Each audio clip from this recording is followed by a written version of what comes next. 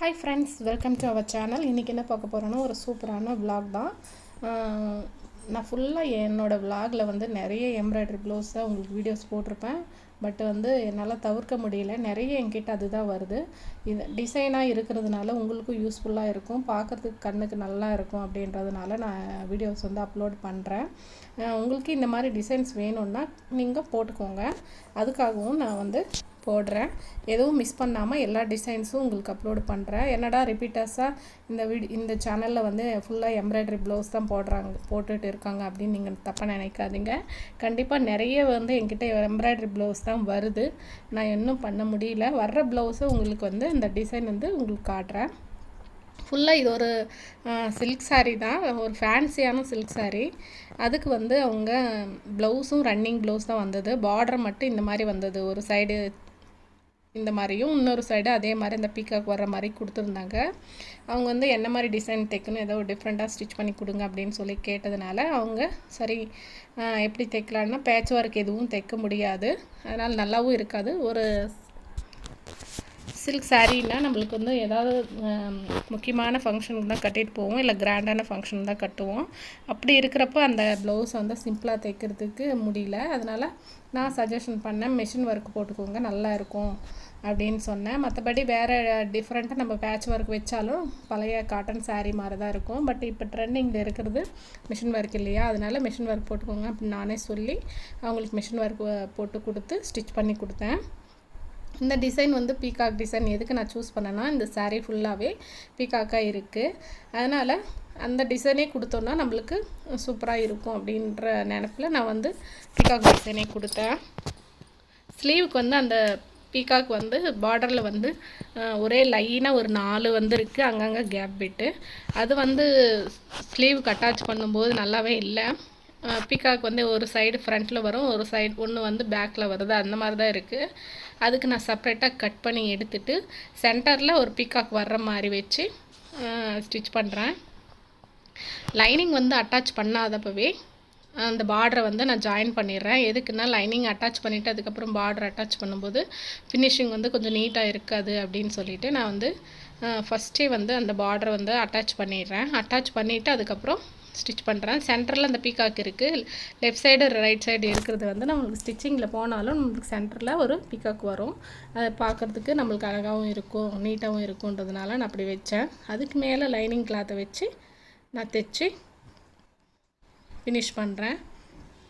Centre point, ஷோல்டரோட centre point அந்த peacock வர்ற மாதிரி வச்சு அலைன் பண்ணி நான் வந்து தைக்கிறேன்.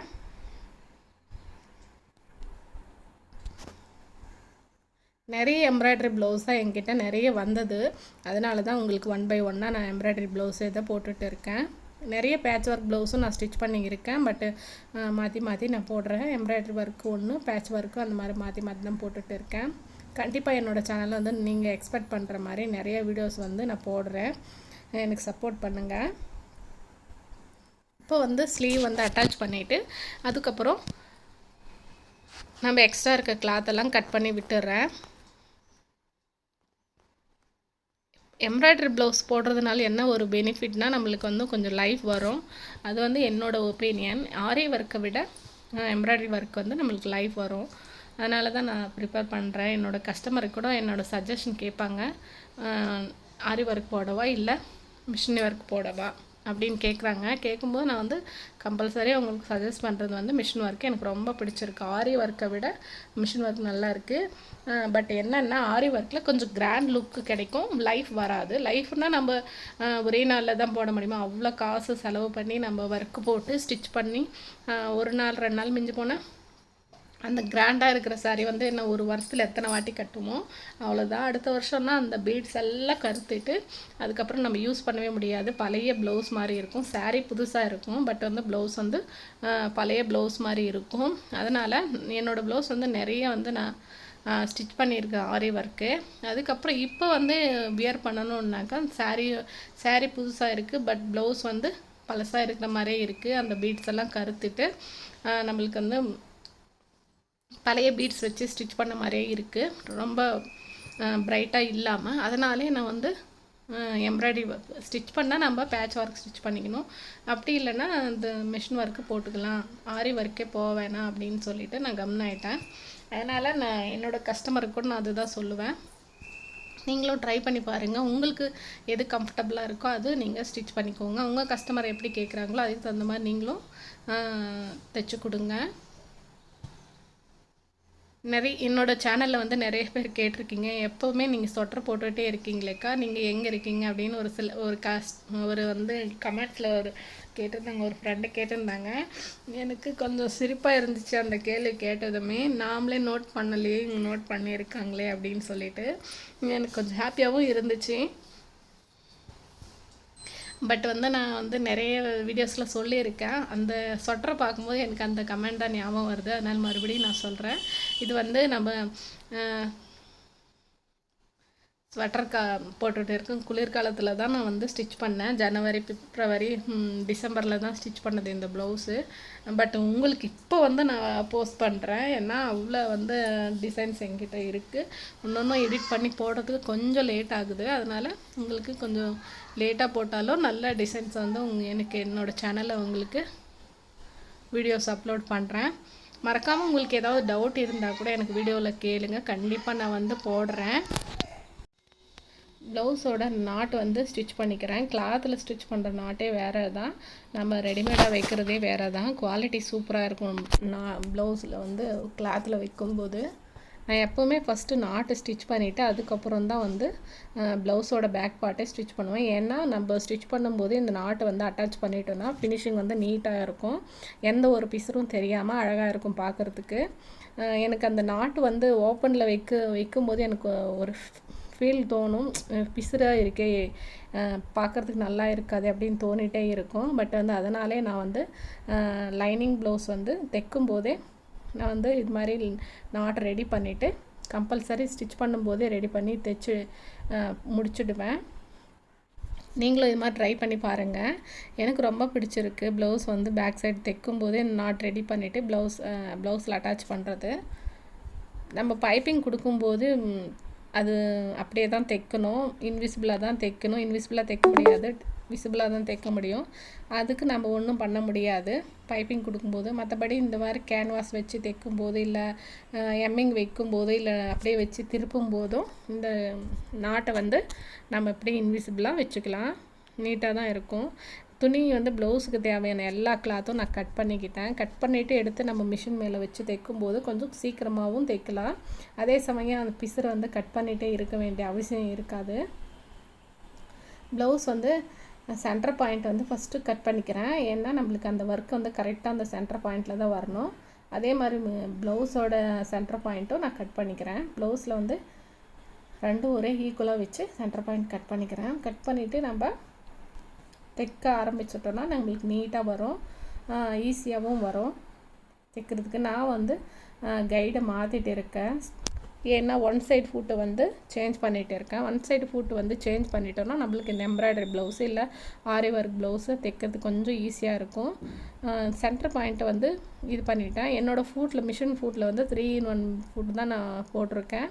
ஏன்னா ஒன் சைடு லெஃப்ட் சைடு பைப்பிங்க்கும் ரைட் சைடு பைப்பிங்க்கும் இதே ஃபூட்டர்லேயே நம்ம சேஞ்ச் பண்ணி ஸ்டிச் பண்ணிக்கலாம். இல்லை ஸ்ட்ரைட்டாக நார்மல் மிஷின் தைக்கிறதுக்கும் அதே ஃபூட்டை வந்து போட்டு தைச்சிக்கலாம். அதனால் 3-in-1 ஃபூட்டை தான் நான் வந்து மிஷினில் வந்து ஃபிக்ஸ் பண்ணியிருக்கேன். நீங்கள் அப்படி வந்து நார்மல் ஃபுட்டே தான் போட்டிருக்கீங்க அப்படின்னா நீங்கள் சிங்கிள் கைடு இருக்கும். அந்த ஒன் சைட் ஃபுட்டுன்னு பைப்பிங்ஸ் வைக்கிறதுக்காக வைப்போம், த்ரெட் பைப்பிங் வைக்கிறதுக்கு. அந்த ஃபுட்டை கூட நீங்கள் சேஞ்ச் பண்ணி இந்த மாதிரி ஆரி ஒர்க்கு இல்லை மிஷின் ஒர்க்கு தைக்கும்போது நீட்டாக தைக்கலாம். பட் எதுக்காக நான் மாற்றுறேன்னா அப்படியே கூட தைக்க முடியும், பட் இன்னும் ஃபினிஷிங் வந்து நீட்டாக வரும் அப்படின்றதுனால நான் வந்து ஒன் சைட் ஃபுட்டை வந்து சேஞ்ச் பண்ணிக்கிட்டேன். எனக்கு பைப்பிங் தைக்கிறதாகட்டும் இல்லை இந்த மாதிரி எம்ப்ராய்டரி ப்ளவுஸ் தைக்கிறதுக்கும் இல்லை ஆரி ஒர்க் ப்ளவுஸ் தைக்கிறதுக்கும் லெஃப்ட் சைடு ஃபுட்டு தான் நான் யூஸ் பண்ணுவேன். எனக்கு வந்து அதுதான் கம்ஃபர்டபுளாக இருக்குது. ரைட் சைடு ஃபுட்டு வந்து எனக்கு அவ்வளோவா எனக்கு கம்ஃபர்டபுள் இல்லை. நான் தைக்கிறதுக்கு ஆரம்பித்த காலத்தில் இருந்தே எனக்கு வந்து அந்த ரைட் சைடு ஃபுட்டை வந்து ஸ்டிச் பண்ணதுவே எனக்கு கம்ஃபர்டபுளாக இருக்காது. பட் வந்து லெஃப்ட் சைடு ஃபுட்டை வந்து எனக்கு வந்து கம்ஃபர்டபுளாக இருக்கும். நீங்கள் யாரெல்லாம் எப்படி தைப்பீங்க அப்படின்னு சொல்லிவிட்டு எனக்கு கமெண்ட்டில் சொல்லுங்கள். கண்டிப்பாக என்னோடய வீடியோஸ் எல்லாம் உங்களுக்கு பிடிச்சிருக்குன்னு நினைக்கிறேன். நான் தைக்கிறது வந்து நீட் ஃபினிஷிங்காக இருக்கா இல்லை நல்லா இருக்கா இல்லையான்னு சொல்லிட்டு கமெண்ட்டில் சொல்லுங்கள்.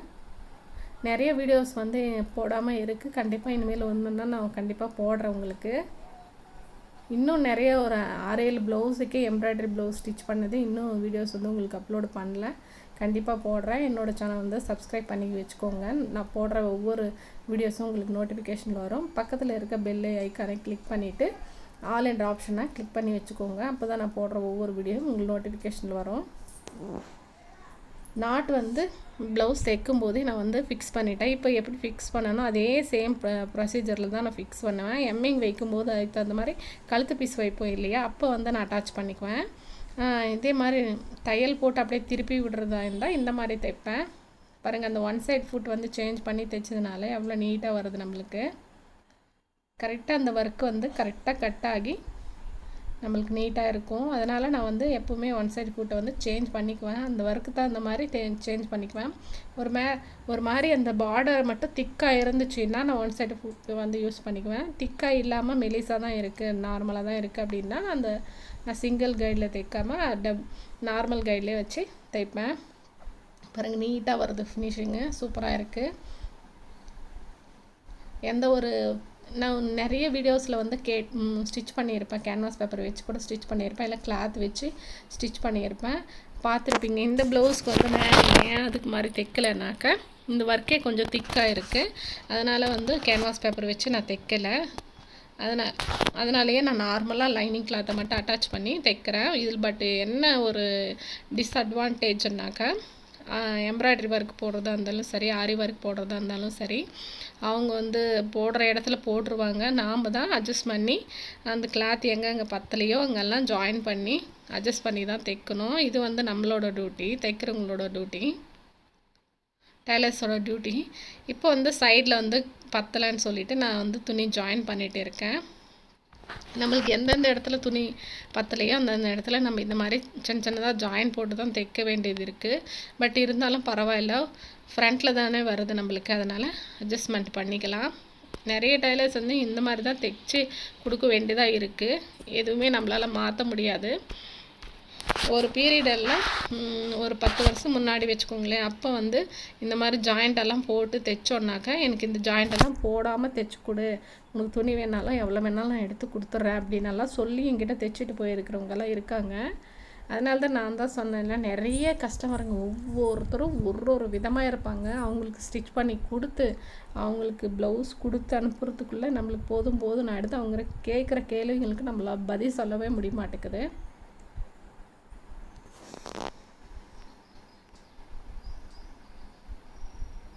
துணி கம்மியாக கொடுத்துருவாங்க, ஆனால் வந்து எனக்கு துணி ஏன் விடலை அப்படின்னு கேட்குவாங்க ஒரு சில கஸ்டமரு.